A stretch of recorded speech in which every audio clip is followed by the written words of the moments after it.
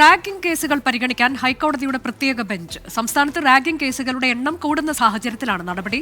നിയമസേവന അതോറിറ്റിയുടെ പൊതുതാത്പര്യ ഹർജിയിലാണ് ചീഫ് ജസ്റ്റിസിന്റെ നടപടി. ശ്രീകാന്ത് വിശദാംശങ്ങളുമായി. ശ്രീകാന്ത്, റാഗിംഗ് ഒപ്പം തന്നെ അതുമായി ബന്ധപ്പെട്ടുണ്ടാകുന്ന ആത്മഹത്യ, ഇത്തരം റിപ്പോർട്ടുകൾ നമ്മൾ സംസ്ഥാനത്ത് വിവിധ ദിനങ്ങളിലായി പുറത്തുവരുന്ന സാഹചര്യത്തിൽ കൂടിയാണോ ഹൈക്കോടതിയുടെ ഇത്തരമൊരു ഇടപെടൽ? അനുജ, നമ്മുടെ സംസ്ഥാനത്ത് നമ്മൾ കുറച്ച് ദിവസങ്ങളായി കേൾക്കുന്നതാണ് വിദ്യാർത്ഥികൾക്കിടയിൽ ഉണ്ടാകുന്ന ഈ അക്രമ സ്വഭാവങ്ങൾ. അത് റാഗിംഗ് അടക്കമുള്ള കാര്യങ്ങൾ ഉണ്ടാകുന്നതും ശ്രദ്ധയിൽപ്പെട്ടിരുന്നു. ഇത്തരത്തിലുള്ള അക്രമ സംഭവങ്ങൾ പരിശോധിക്കുന്നതിനും നടപടിയെടുക്കുന്നതിനും വേണ്ടി ഇപ്പോൾ ഹൈക്കോടതിയിൽ ഒരു പ്രത്യേക ബെഞ്ച് തന്നെ ഉണ്ടാകാൻ പോകുന്നു എന്ന് പറയുന്നത് ഇന്ന് പുറത്തു വന്ന ഏറ്റവും പ്രധാനപ്പെട്ട വാർത്തകളിൽ ഒന്നാണ്.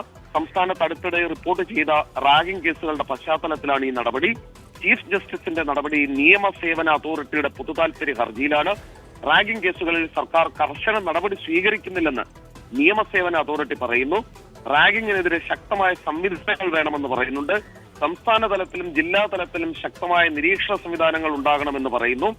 റാഗിംഗ് കേസുകൾ ഈ റാഗിംഗ് സെല്ലുകൾ രൂപീകരിക്കാൻ എടുത്ത നടപടികൾ സർക്കാർ അറിയിക്കാൻ നിർദ്ദേശിക്കണം എന്നൊരാവശ്യം അവർ മുന്നോട്ട് വയ്ക്കുന്നു.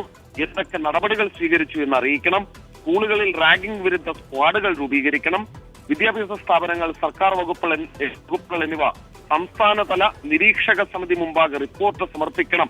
എന്നിങ്ങനെ പോകുന്നു അവരുടെ ആവശ്യം. സർക്കാർ കോടതി എന്ത് നിലപാട് സ്വീകരിക്കുമെന്ന് കാത്തിരുന്ന് കാണാം. പക്ഷേ ഒരു കാര്യം അനുജ, ഇന്ന് വന്നിട്ടുള്ള ഏറ്റവും പ്രധാനപ്പെട്ട വാർത്തകളിൽ ഏറ്റവും ശ്രദ്ധേയമായതൊന്ന് ഇത് തന്നെയായിരിക്കും. കോടതി അനുകൂലമായ ഒരു നിലപാട് കൂടി എടുത്താൽ.